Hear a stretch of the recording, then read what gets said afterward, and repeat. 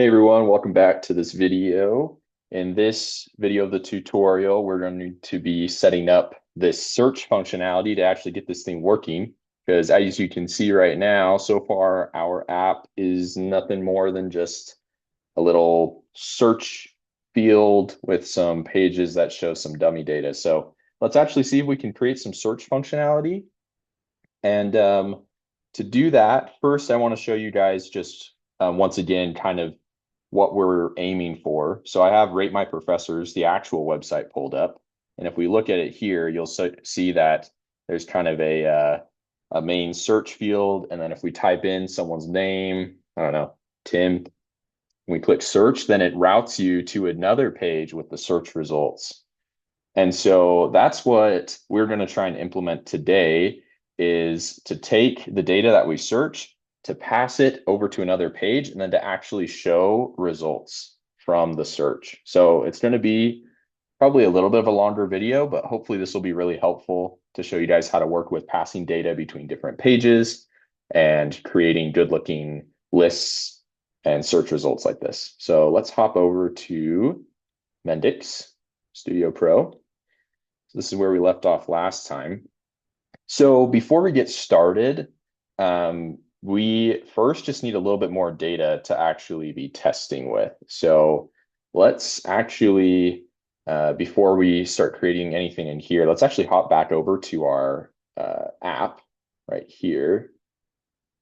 And let's hop over to our professors page and let's just create a couple more entries for professors. So you can put in whatever data you'd like. But maybe just put in, you don't need to fill out the different fields, maybe just their name for now. And then, so I'll just pause the recording and let you guys put in 3 to 5 professors' names.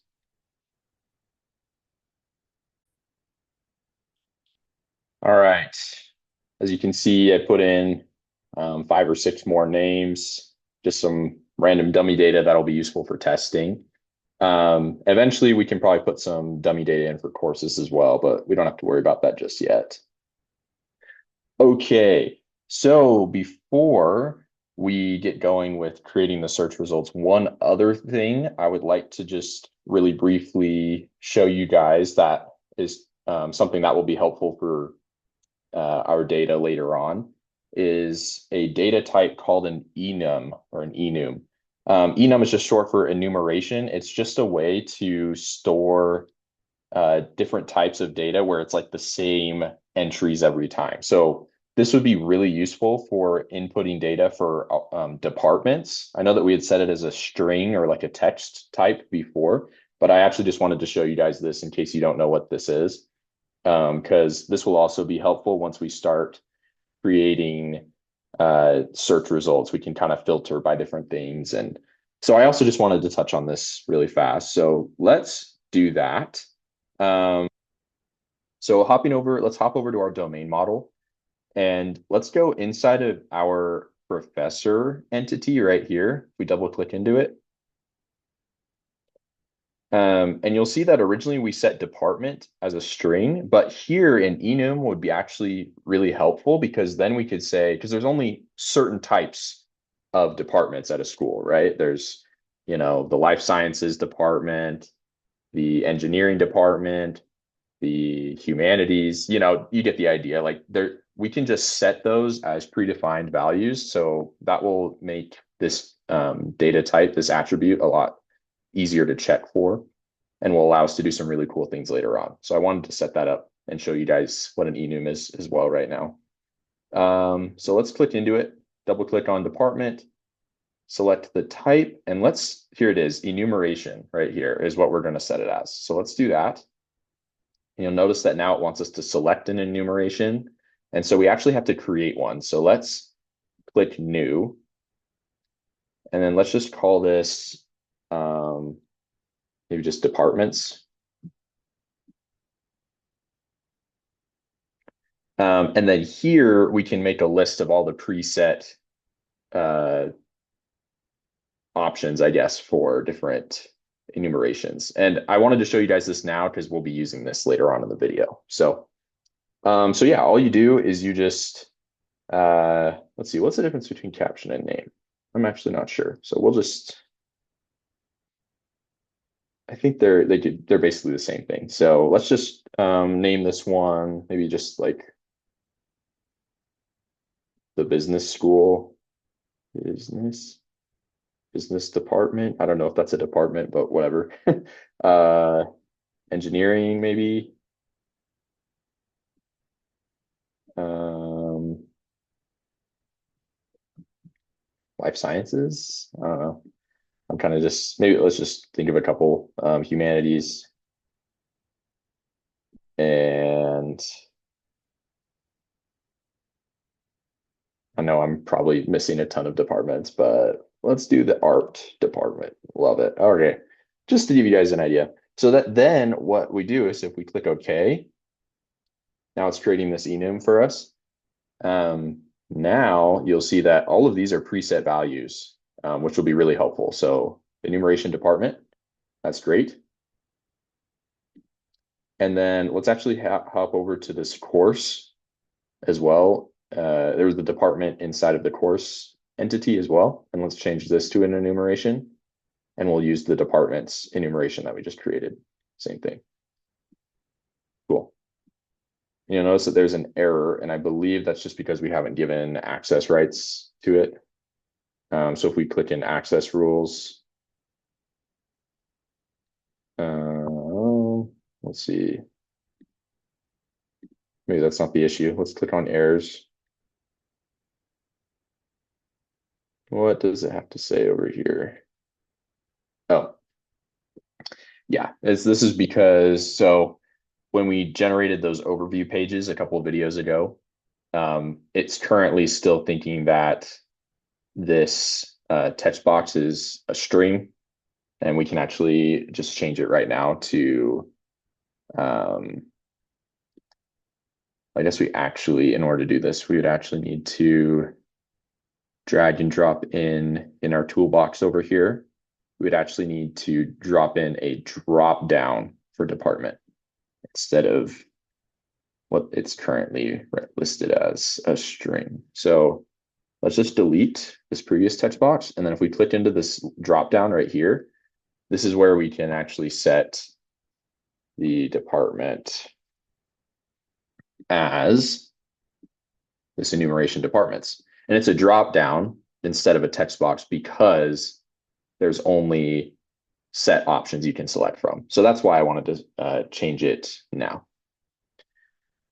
Okay, so I think there's still one other page that we need to fix this for. So let's just do that super fast. And you'll notice it's the same exact issue.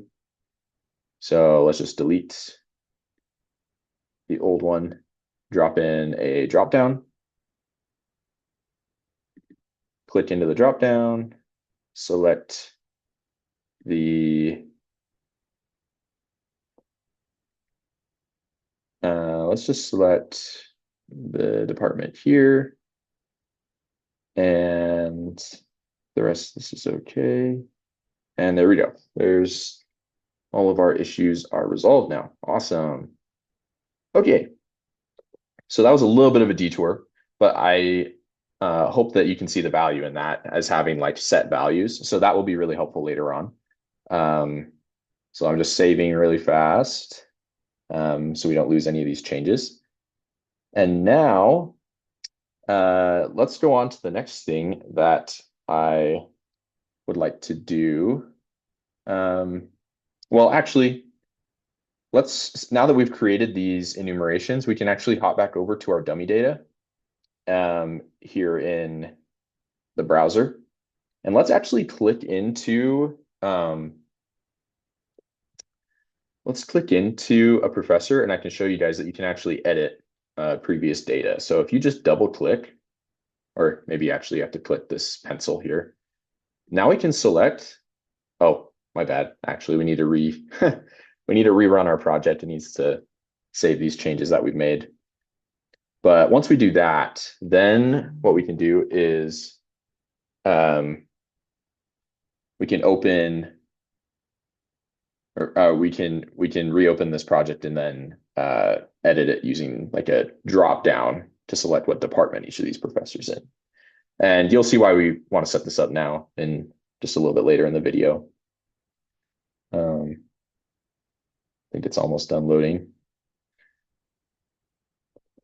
Once we do this, the next thing that we'll do is we'll actually get this search view set up, which I'm really excited for. This will hopefully be a helpful tutorial for you guys to learn how to set up some custom logic for searching and doing other things like that. All right, still just loading. There we go. Your app is now running. Let's hop back over. Those changes should be saved. Oh, yeah, once again, see, it's it's not liking that, but that doesn't matter. We can edit here. And now you'll see, oh, we have a drop down. So we can put Scott Murph in the business department, business school. I don't know if it's really a department. I am not good with naming things. And then I just made some random, some of these are actually professors. Some of them are just random, random names that have no meaning whatsoever. So sure, engineering. This guy's actually in the engineering department. He's one professor I have right now. This is not a real person that I know, but I'm sure there's a lot of people in the world named Ashley Johnson. Brad Wilcox is in the religion department, but I did not create a religion one, so he's going to be in humanities. And Michael Schofield, shout out to Prison Break if you've seen that show. He's going to be in the art department. Okay, there we go. Boom. That's all I wanted to be able to do is set our departments because that'll be useful for searching on later in the video. And you'll also notice that we could do the same thing here under courses. If we edit this course right here, we could select the department that it's in. So this is in the business department. Nice. Look at that. Love it. Okay. That was a bit detour, but hopefully you'll see the value in that. Now, with that in place, we can actually set up a search to actually work. Because right now, if we hop back over here, you'll see that we have this. We can type stuff in, we can click search, but it just routes to this page. It doesn't do anything other than just hopping over to professors. So let's actually make it show some data. Now, going back to Rate My Professors, the actual website, like I mentioned before, we're going to try and make it so that after we type in a value and click search or press enter, it'll actually navigate to another page that shows a list of search results, just like in Rate My Professor. So how do we do that in Mendix? Well, the first thing that we should do is let's create a new page that can hold our search results. So just right click, or sorry, let's see. There we go. Oh, mine was being a little bit slow. Sorry. Here, I'll do that again so you can see. Just right click on the module and then click add page. There we go. Perfect. Okay, there's our page. And you'll see there's already some preset pages. Let's see if we can find one that will give us kind of what we're looking for. This one looks pretty good. It's like a list. So I have list filtered. I kind of like this one. Let's go with this, and I'm sure we'll change it a lot, but using Mendix preset pages is an easy way to save time. So let's just call this page search results. Click OK. All right, and then let's hop over here. And you'll remember from previous videos that one of the first things we need to do is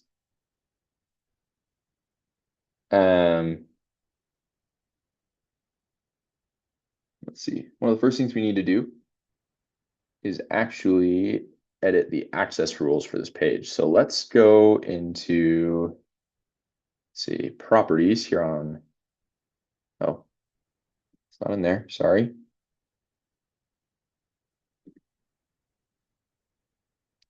Huh, it's not letting me show this. Okay, well, never mind. I guess we don't have to configure access rules for this. So that's fine. But we have this default generated page that I think will be really helpful for us once we get going. But you'll notice that there's a couple issues, both of which just have to do with Mendix doesn't know what data it should be showing. So that's actually pretty easy to configure. All we have to do is tell Mendix that this list view right here, which should be familiar to you from the Rapid Developer tutorial, should just be receiving a list of professors. We'll just search on professors for now. So let's just say that this should be a list of professors right here. If we double click into this list view and hop over to this data source tab, this is where we can configure how data will be fed into this list view.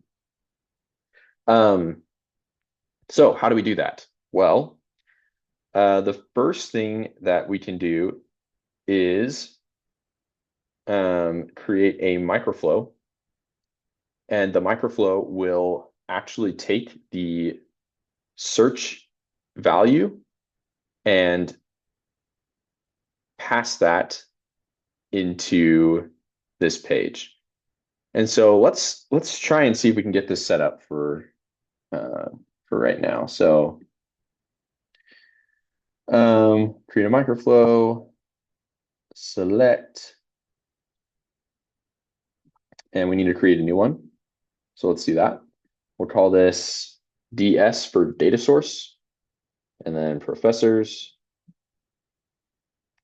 and then maybe just get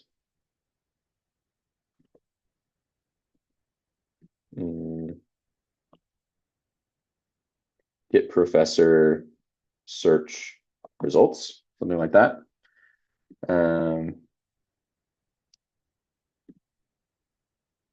And the names are somewhat arbitrary. So if you have a different naming style that you'd like to go for, this is just Mendix's typical naming conventions. You have like the action type, which here is a data source because we're feeding it to a list view. And then we have the entity that's involved, which in this case is professors, and then kind of the action that we're doing with this microflow, which here we're just going to be getting search results. So let's go into this microflow. And so what do we need to do? We need to be able to pull the search field, the input from the search field from another page into this microflow. And then inside of the microflow, we then need to get all of the professors where their name matches or has like similar matching to the input from the search that we type in. So let me see if I can explain that better. If we, let's see, okay. We want inside of our, here we go. Inside of this page, we want the input from here to be able to be passed over to the search results page here and then be fed into this list view so that it can search on it. So actually, before we even start on the microflow, there's one other thing we need to do, and that's called using parameters. See this up here in the top left? There's this parameters option. We essentially need to say that in order to view this page, we need data from another page to be passed in, and that's what parameters do. So let's actually click on this, and let's add a page parameter. And this parameter will be the search input that we'll be giving it. So let's select an entity. Search field is what we want. And we can just click OK. And now we have that, but you'll see we still have errors because we need to tell Mendix where it should get this from. It still doesn't know that we should be passing it. So actually, in order to do that, we need to create a another nanoflow that will happen when we press this button. Because currently this button just shows a page, but we actually want it to show a page and pass data to it. So how can we do that? Well, actually, I said that we might need a nanoflow. I don't actually know if we do. We might just be able to click show page. And we want it to show the search results page now. And you'll notice that inside of here, there's this inside of page settings for search results page, the page that we just created. It's actually now recognizing that it should be giving our search field entity to that page as data, which is awesome. That's what we want, which is perfect. So now if we click OK,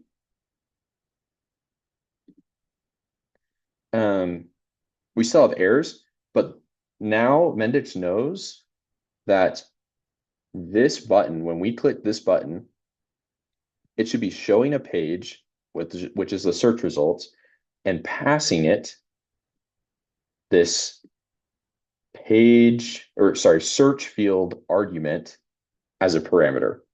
So that's a lot of different jargon. If you don't understand it yet, I'm hoping that you will. But after we do a little bit more work. But now let's hop back over to search results page. And if we click on parameters, you'll notice, oh, maybe it's not up here.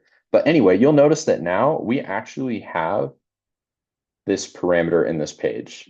It actually will be able to work now, which is cool. That being said, though, we still need to configure this so it knows like, oh, what data is it pulling from? So we have this search field parameter, but we still need to encapsulate it in a data view, just like what we did on the home page, like how we have a search field right here. We need to do the same thing here. We need to put this entire thing, wrap this entire thing inside of another data view with a search field.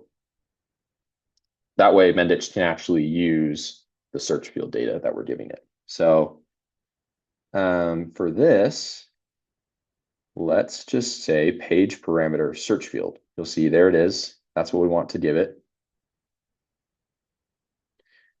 Don't want to do that. And then let's get rid of the footer. So click show footer, no. I don't know why there's footers on data views. I think it's kind of weird. And now, if we drop all of this stuff in, now we'll actually be able to start creating this search functionality here, which will be really cool. So let's drop this container inside of the data view. And then, oh, hang on. Data view content is right there. Oh, hang on. I might have actually created two data views without being careful. I did. Oops. Let's undo that. We don't need to create another data view. We just need to use, so I will delete the one we just created. My bad.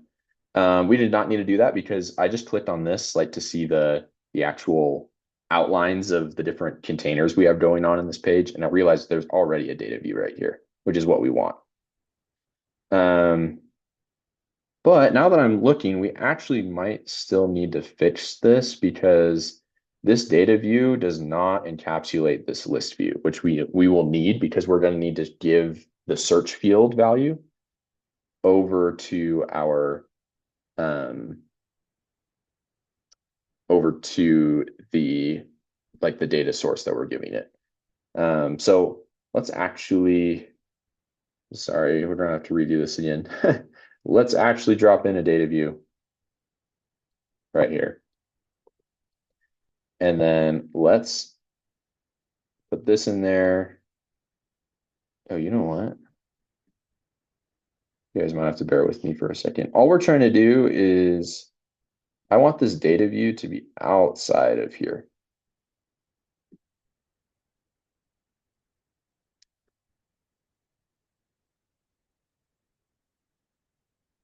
It's currently, yeah. We want this data view, we want this to go right here. There we go. Okay, that's what we want. And now we can just get rid of this one. Let's just delete. There we go. Okay, that's what we wanted. Sorry about that, guys. That took a minute. So all I did is, if you go back to the page, it looks the exact same. All we did here in the skeleton view right here is I just wrapped this entire page inside of a data view, and this data view will contain the search results, or sorry, the input, the search input from our search field that we're passing into this page. But now I'm noticing that the parameter went away. I don't know what I did to delete that. So we need to recreate this again. Let's create a search field parameter again. Really don't know what happened there. That's okay. And now let's click this data view, and we want to actually get the page parameter search field and pass it there. There we go. That's what we want, because now what's happening is we're passing in this parameter, we're giving it the search input, and now we'll be able to actually use that data to fill in the different boxes going on down here and fix these errors. So let's try and do that now. A lot of this was just generated by default, so we don't need, I honestly don't think we need like any of this. Maybe we keep one drop down that we could use for searching on department. And we could search on maybe the date started teaching, optional, but yeah, so right here, this is just like values that you could search on that's already pre-configured, which is kind of cool. So let's drag in another text box from our toolbox. And here we could, we can set the attributes now. So now it needs to know like, okay, what should be being fed into this? Well, now that I'm looking at this, we actually might need another data view we might need to copy this entire, or sorry, not that. We might need to create another data view to encapsulate this to hold all of these search results, like the actual list of professors, because currently this is just the search input.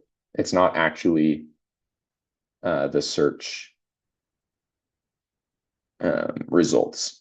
So basically, anytime you need to show data, or like pass data around in your project, you're going to probably need a data view somewhere to like actually catch that data. You know, if you're throwing it around, you need a place to store it. So that's what data views do. So we just created another data view right here. Let's drag, let's see, not that, yeah. Let's drag this inside of this data view here. And we can honestly just probably do the same thing. I'm not entirely sure why Mendix is doing a couple of these problems, but that's okay.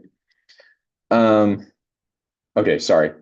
So same thing, we actually can use the exact same microflow that we'll be using down here to get a list of all the professor search results and just pass that same exact data up here, because that's the same data it'll need to know to search on it. What I'm not sure about is if that's going to create issues later on down the road. It might be better to encapsulate this entire thing inside of a data view.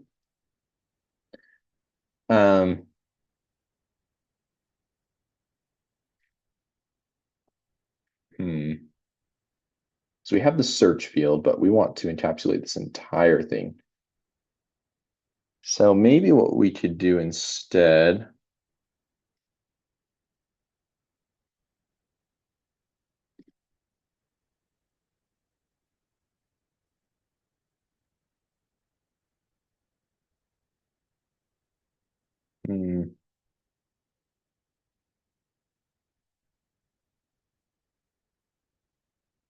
yeah, let's just keep it as is. Sorry, I was just thinking about what the best solution would be here. We go back into this data view here.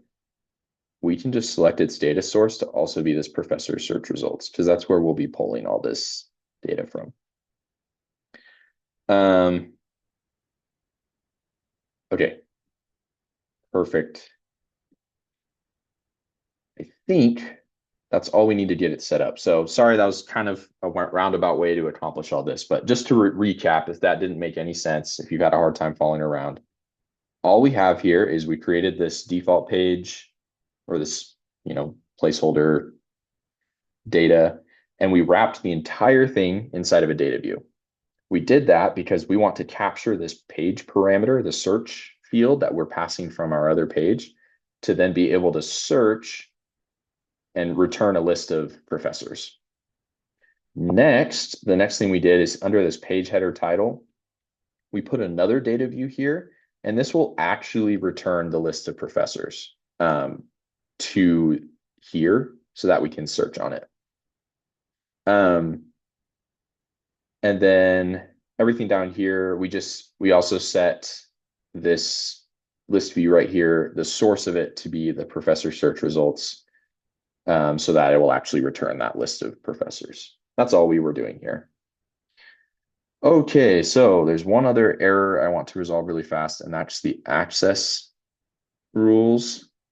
And so I think for that, we just need to be able to right click on this page and get to the properties, but it's not letting me do that.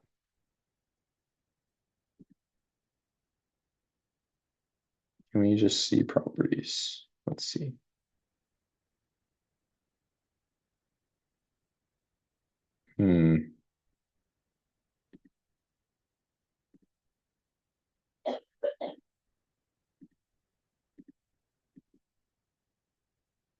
Oh, there it is. Sorry. It's there on the right.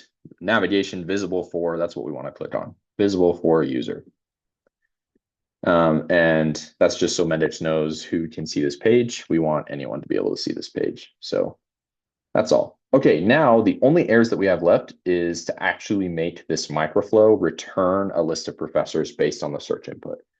So that's not too bad, right?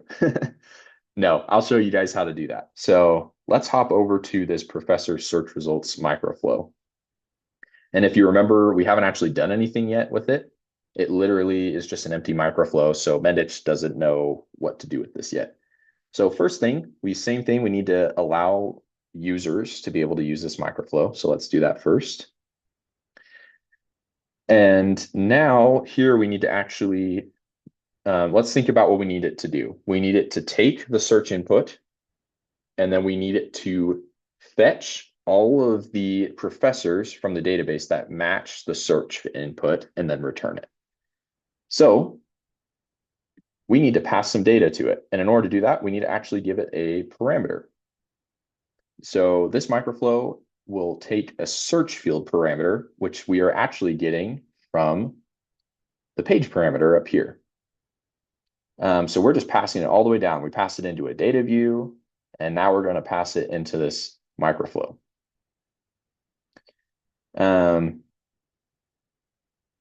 And now I'm wondering if we actually even need, well, yeah, we'll leave it for now, but let's click on this parameter here and select a search field entity as the parameter type. And that's looking good. Mendix is pulling that from, if we click into this data view and click microflow settings right here, you'll notice that the search field is coming from this data view, the parent data view at the root of the page. So that's good. It means that this object, this parameter, is actually being passed all the way down to our microflow. And now that we're into here, now what do we need to do? Well, we need to return some data from our database with all of the professors that match the search that we made. So how do we do that? Well, over here on the right, you'll see a whole bunch of different objects. We actually want to use this retrieve object right here. So let's drag this in. Retrieving is just the object that allows you to fetch the data from your database. So here it's professors that we want to fetch. Let's double click into this. And we want to retrieve this from our database. What do we want to retrieve? Professors. So let's click professor right here. Let me try this up. And so currently this will fetch all the professors, but we still have an issue, which is it's only going to fetch professors. Well, it's going to fetch any professor. It's not just going to fetch the professors that match the search that we're making. So how do we like narrow the scope? We only want it to get professors where their name matches or is close to matching our search. So that's actually what this XPath constraint is. This allows us to narrow the scope of the data that we get based on certain constraints, which here would be the search input. So we want to filter objects of professor by, well, if the name, or sorry, I guess it would actually be the, hang on, I don't see what I'm wanting to find.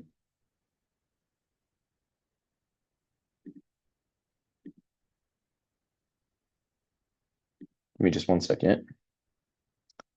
Search field, retrieve by association. Okay, never mind. Yes, that was right. I was just missing something. Okay, going back to this, we want to get professors where in the XPath constraint, where their name contains, and then what does it contain? We're not using equal to because that means that it would have to be an exact match. But if we say name contains whatever the search field input is, then what that means is, oh, anywhere that this search field, like if the search field has a little like part of the name, then it'll show the name. That's what we want. Let's add another rule and let's say or right here. So either the name contains part of the search string, or maybe people would want to search on the department. The department contains. Oh, for this, we might have to actually. Okay, so never mind. Let's not do that just yet. We'll just do this for now.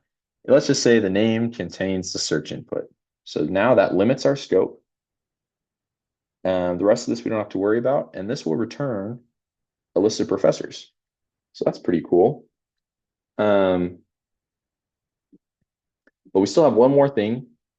We're getting this list, but we're not actually returning it out of this microflow. So in order to configure that, you can just double click on this red circle, which is the endpoint. That tells Mendix like what you want to return out of the end of this microflow. And here is where we can specify we want to return this list of professors. So if you click or press the $sign, now we can see all the different variables that we have going on in our microflow, and you'll see one that it's professor list. So let's click on that.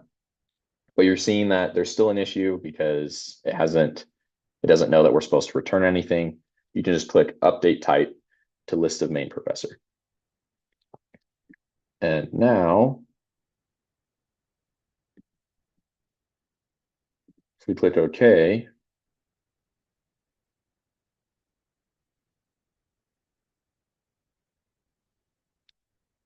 I think that should solve some of our issues. Let's see.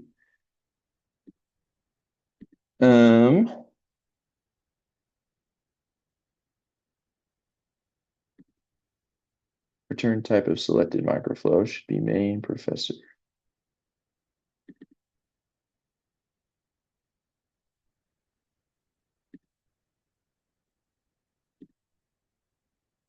Let's see if I save.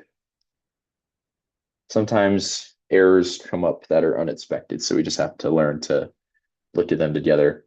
The issue here is that, so I'm returning professors, but it doesn't like something about the way I'm returning it. So let's double click into this. That looks fine. We want to get that.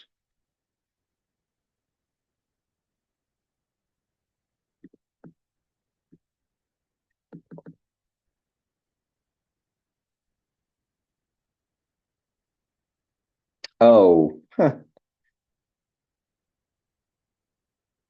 I see. My apologies. I've been thinking about this wrong. I set this up wrong. My bad.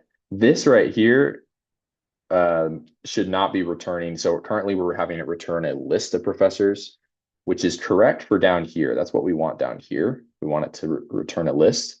Here, though, we just want it to create like an example or like a blank object that we can then manipulate. Because currently right now, it's, yeah, so we probably can just get rid of this entire thing just to keep this simple.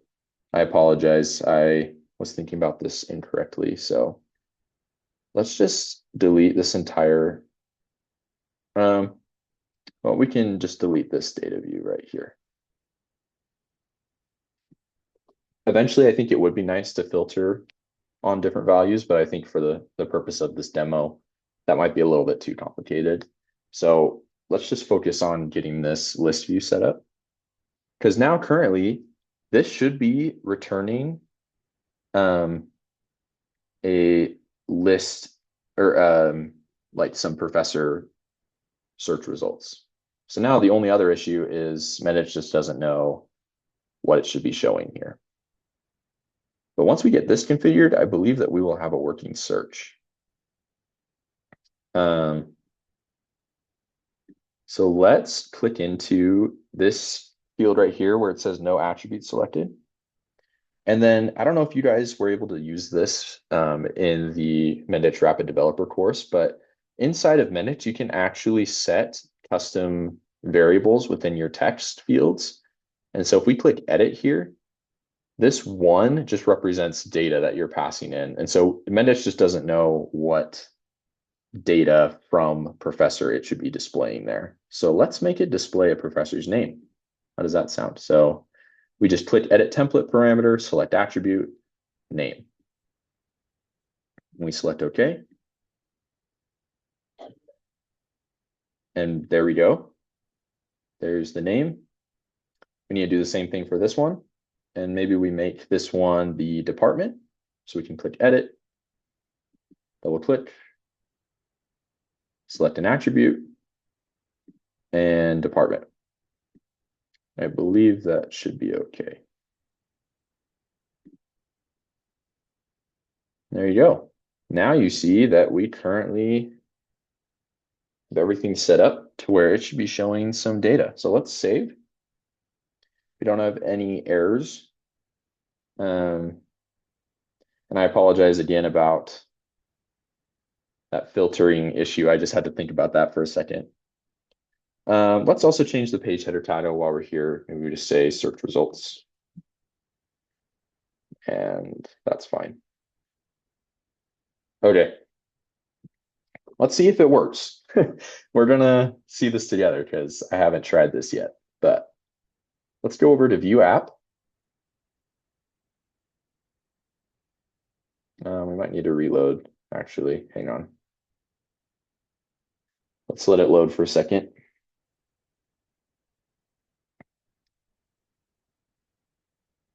Okay, now let's go over to view app. App has been reloaded.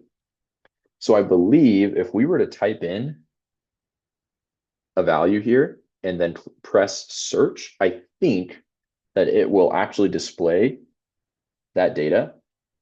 It'll first navigate over to the search results page, and then it will display that the search result from that from whatever I type. So let's just type in Scott and see if Scott comes up. I'll click search. Whoa, look at that. It navigated over to a search results page and it shows Scott Murph. And I don't think clicking on it does anything yet. because we haven't configured that, but we have search results. That's pretty cool. Let's try a different professor. I think I named one, uh, let's see. I know I named someone Ashley. So what if we just typed in like part of their name? Like I think I named a demo like dummy data Ashley Johnson. So what if we just type in John? I'm curious if it will still pull up Ashley Johnson. Oh, even better. Look at that. It knew to search John Solito and Ashley Johnson. So it's working. We now have search results where it's showing different professors and it navigates over to a search results page. That's really cool. Um, Something that we'll maybe set up in the next video is just a button to navigate back a page. And then I'm also thinking that we'll edit. I don't know if this will be in the next video or not, but eventually we'll edit these professors and courses page. I'm kind of just, I had these here for just testing, but I don't actually know if we'll need them yet.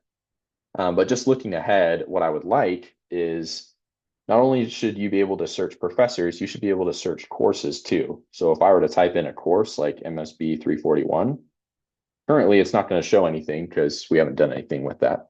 But I would like it to actually be able to show potentially professors that teach that course. And another thing looking ahead is when you click on a professor, then it pulls up their single page. So then you'd be able to see the ratings for them and more information about them. But I think that that kind of covers this video. So hopefully that was helpful and wasn't too scatterbrained, and we can keep on working together on the next video.